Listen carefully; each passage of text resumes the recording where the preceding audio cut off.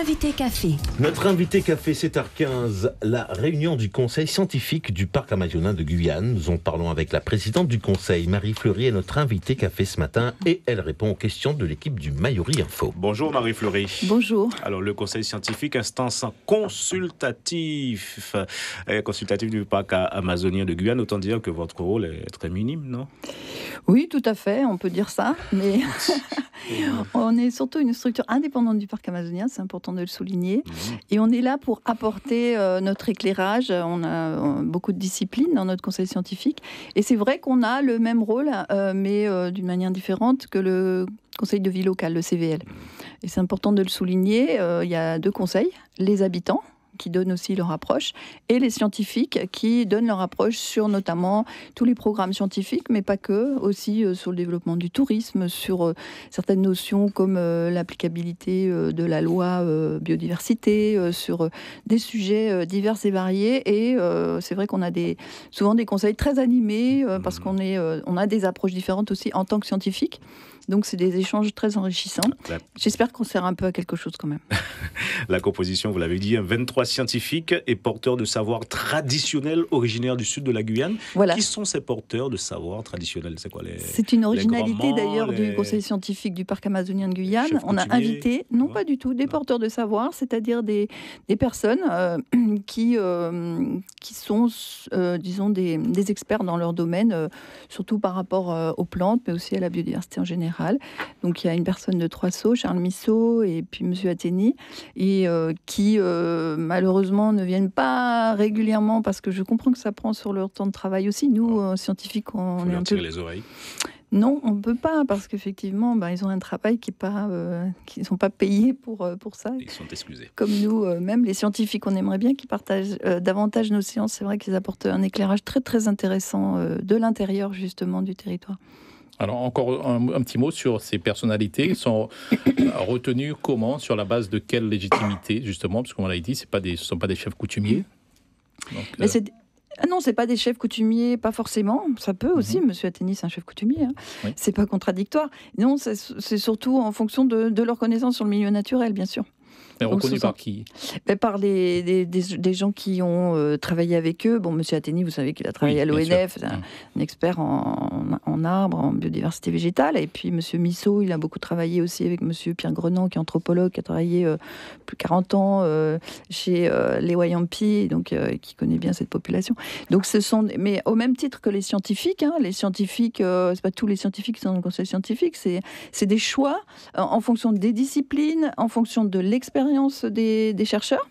C'est-à-dire que, par exemple, le dernier conseil scientifique, on avait peut-être plus de gens de l'extérieur à l'international. On s'est aperçu que finalement, ils venaient assez rarement parce qu'ils n'avaient pas le temps, que c'était compliqué. Donc, finalement, là, on a plus des gens qui connaissent le territoire de la Guyane et qui ont une expérience sur le territoire.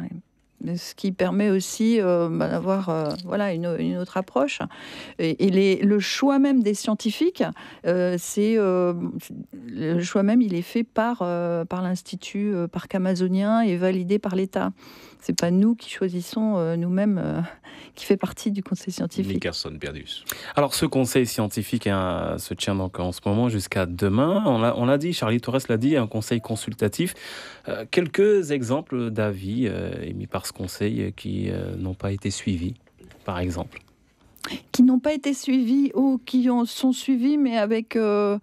beaucoup de retard, mais vous savez, on est habitués, nous les scientifiques, malheureusement personne ne nous écoute. On publie des tas de documents. Hier, je citais un document publié en 2005 où moi-même avec des collègues, on préconisait de mieux intégrer justement les savoirs traditionnels, mais à tous les niveaux de la société civile. C'est-à-dire pas seulement au niveau scientifique, mais aussi au niveau politique, au niveau juridique.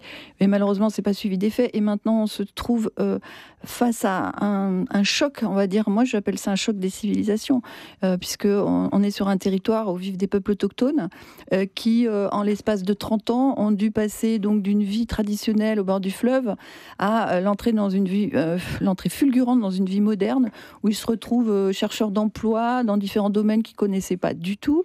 Et je trouve que c'est absolument violent.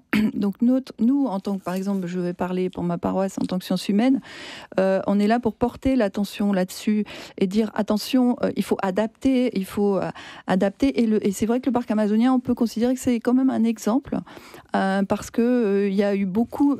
Je vous donne un exemple, par exemple, au niveau de la gestion des ressources. Là, il y a un programme qui va démarrer sur la gestion participative, c'est-à-dire qu'on va trouver des outils de gestion que les habitants vont co-construire avec les gestionnaires du parc amazonien. Donc ça, c'est quand même très, très important, puisque vous savez très bien qu'une loi qui vient de là-haut va pas forcément être suivie, mais si par contre les habitants la co-construisent parce qu'ils sont conscients qu'il y a des problèmes par rapport à l'accès aux ressources, par exemple le poisson qui devient plus rare, le gibier, etc., et qu'ils co-construisent avec le gestionnaire des règles, là, on peut espérer qu'ils vont les appliquer, parce que c'est eux-mêmes qui vont décider.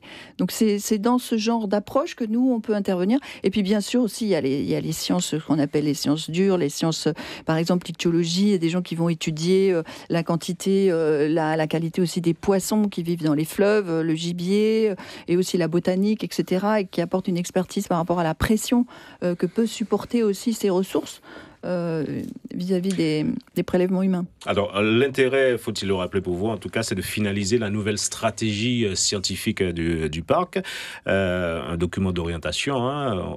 Pourtant, la dernière n'est pas si vieille que ça, 2017, 2018. Les choses évoluent tant que cela ? On est obligé d'évoluer, on est obligé d'adapter. Bien sûr, de toute façon, les grandes lignes directrices vont être les mêmes, mais on a avancé quand même dans la connaissance du territoire. Vous savez que le territoire, il est immense, c'est quand même le plus grand parc national, un tiers du territoire. Il est absolument pas fini d'être connu. Il y a des découvertes.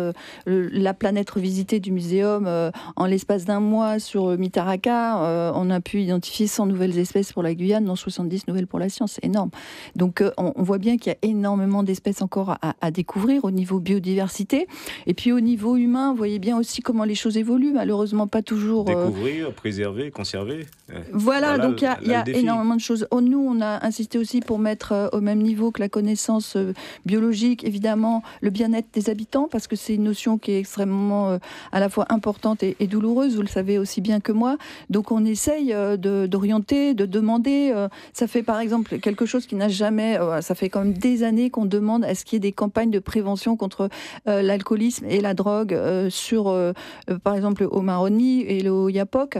Et malheureusement, ça n'a toujours pas été suivi des faits. Et ça, je n'arrive pas à comprendre pourquoi est-ce qu'on ne fait pas plus d'efforts pour ces populations en détresse qui parfois, il faut le souligner, se réfugient dans ce type d'excès, on va dire. Et il y a beaucoup de choses comme ça, on aimerait bien être plus écoutés, effectivement. Sur l'orpaillage clandestin au sein du parc, que préconise par exemple le Conseil scientifique ? Et justement, au sujet on sait très bien que c'est un drame actuel que vivent aussi les populations, qui le vivent au quotidien. On a demandé à rencontrer les responsables des opérations Harpie. On va les rencontrer vendredi pour échanger autour de la stratégie qu'ils mettent en place. Parce qu'effectivement, on peut dire qu'il y a un effet dans la mesure où le désastre, on va dire, se stabilise, mais on est bien loin d'avoir exterminé l'orpaillage clandestin. Et les premiers à en souffrir, ce sont effectivement les habitants du parc amazonien. Et il y a vraiment un effort énorme à faire dans ce domaine. Et c'est aussi une grande déception, d'ailleurs, des habitants du parc qui espéraient beaucoup sur le parc amazonien. Mais on sait très bien aussi que c'est pas de la faute du parc amazonien. Au contraire, ils accompagnent énormément les opérations Harpie.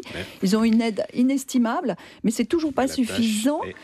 Et on demande à l'État de mettre des moyens supplémentaires. Et on a écrit beaucoup de motions à ce sujet, de nombreuses motions, pour souligner l'impact désastreux et la nécessité de mettre des moyens supplémentaires, à la fois humains et financiers, pour la lutte contre l'orpaillage. C'est une des priorités, effectivement, pour protéger ce parc. Conseil scientifique du parc amazonien de Guyane jusqu'à demain. Marie-Fleury, merci d'avoir répondu à nos questions ce matin. Merci d'avoir été. Au revoir. L'invité café. Suivez l'info sur Guyana Première, télé, radio et Internet.